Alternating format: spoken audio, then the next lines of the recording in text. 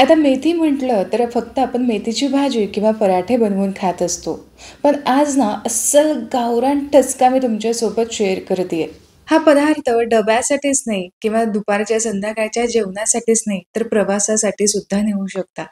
बनवलेला हा पदार्थ 1 ते 2 दिवस फ्रीजशिवाय सुद्धा आरामात टिकतो. चला बनवूयात. तर सगळ्यात आधी आपल्याला एक ठेचा बनवून घ्यायचा आहे. यासाठी खलबत्त्यामध्ये मी एक मोठी गड्डी लसणाची सोलून घेतली आहे. साधारण 10-15 लसणाच्या पाकळ्या असतील. सोबतच थोडंसं तिखट मी जास्त घेतेय. इथे हिरव्या मिरच्या मी साधारण 8 ते 9 घेतलेल्या आहेत आणि 1 चमचा जिरं घेतलं.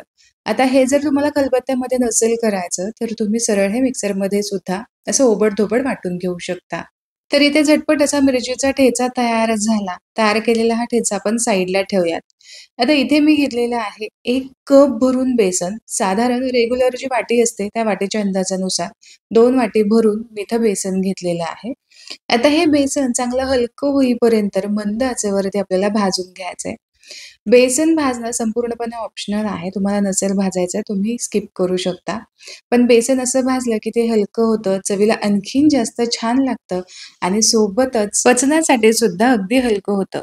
मंद आचेवरती सतत हलवत रंग अजिबात चेंज न करता हलकासा सुवास येईपर्यंत बेसन भाजून घेऊयात.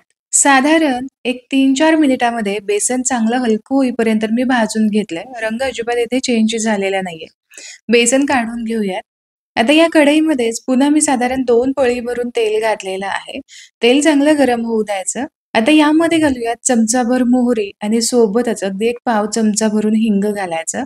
आता तयार केलेला लसूण, हिरवी मिरची आणि जिऱ्याचा ठेचा यामध्ये घालायचा आहे आणि चांगला खरपूस असा आपल्याला परतून घ्यायचा आहे. मिरची आणि लसणाचा संपूर्ण कच्चेपणा आपल्याला इथे घालवायचा आहे. यासाठी साधारण मिनिटभरासाठी सतत हलवत आपल्याला हे परतून घ्यायचं.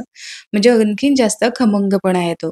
हे परतत असतानाच यामध्ये आपण घालूयात कढीपत्त्याची काही पानं. ही सुद्धा या ठेच्यासोबत आपण चांगली परतून घेऊ. आता इथे एक मध्यम आकाराची मेथीची जुडी घेतली होती. चांगली स्वच्छ नीट करून घेतली, धुवून घेतली आणि अशी थोडीशी जाडसर अशी चिरून घेतली. आता ही मेथी आपण या फोडणीमध्ये घालूयात आणि चांगली परतून घेऊयात. लो फ्लेमवरतीच आपल्याला मेथी इथे शिजवून घ्यायची आहे. म्हणजे मेथीमधलं असणारं पाणी संपूर्णपणे रिलीज होतं. मेथी व्यवस्थित शिजली जाते. आता मेथी इथे हलकीशी सॉफ्ट झालेली आहे आणि हलकंसं यामधलं पाणी सुद्धा रिलीज व्हायला सुरुवात झालंय. मेथीमधलं संपूर्ण पाणी आपल्याला काढून घ्यायचं आहे. यासाठी आपल्याला आत्ताच यावेळेस यामध्ये जे चवीपुरतीचं मीठ आहे ते घालायचंय.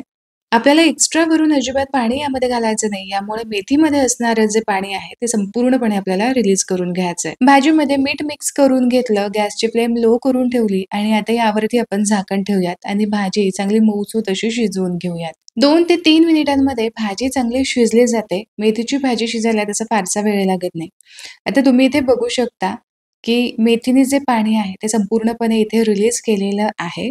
अजिबात ही मेथी अशी कोरडी-कोरडी वाटत नाही. यासाठीच गॅसची फ्लेम लो ठेवायची. लो फ्लेमवरतीच आपल्याला भाजी शिजवून घ्यायची. आता भाजीमध्ये इतर साहित्य घालूया. तर रंगासाठी इथे मी घातलेला आहे पाव चमचा भरून हळद, एक छोटा चमचा धनेपूड. धनेपूड अवश्य घाला कारण यामुळे छान चव येते आणि सोबतच अर्धा चमचा मी लाल मिरचीची पावडर घेतली.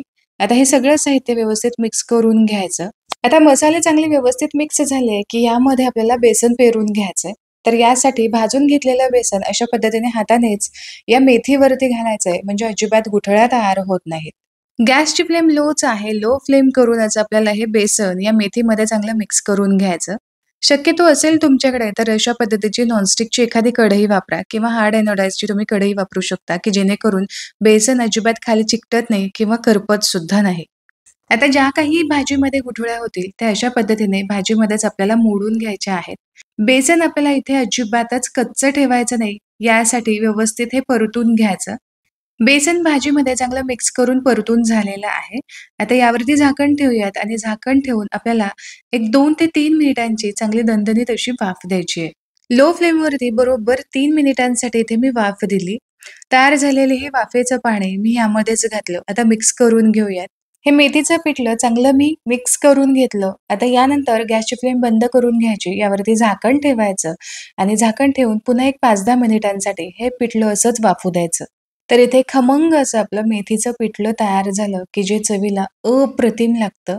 तर हे तयार झालेलं मेथीचं पिठलं मस्त मोकळं-मोकळं असं झालेलं आहे, की जे तुम्ही प्रवासासाठी नेऊ शकता कारण आपण ह्यामध्ये अजिबात पाण्याचा वापर केलेला नाही. गरमागरम हा मेथीचा झुणका गरमागरम भाकरीसोबत अप्रतिम लागतो किंवा तुम्ही चपातीसोबत सुद्धा खाऊ शकता. आशा करते आजची ही रेसिपी तुम्हाला आवडली असेल. रेसिपी आवडली तर व्हिडिओला लाईक जरूर करा. तुमच्या मित्रपरिवारामध्ये हा व्हिडिओ नक्की शेअर करा. पुन्हा भेटूया अशाच एका मस्त रेसिपीसोबत. तोपर्यंत स्वस्त राहा आणि मस्त-मस्त खात राहा.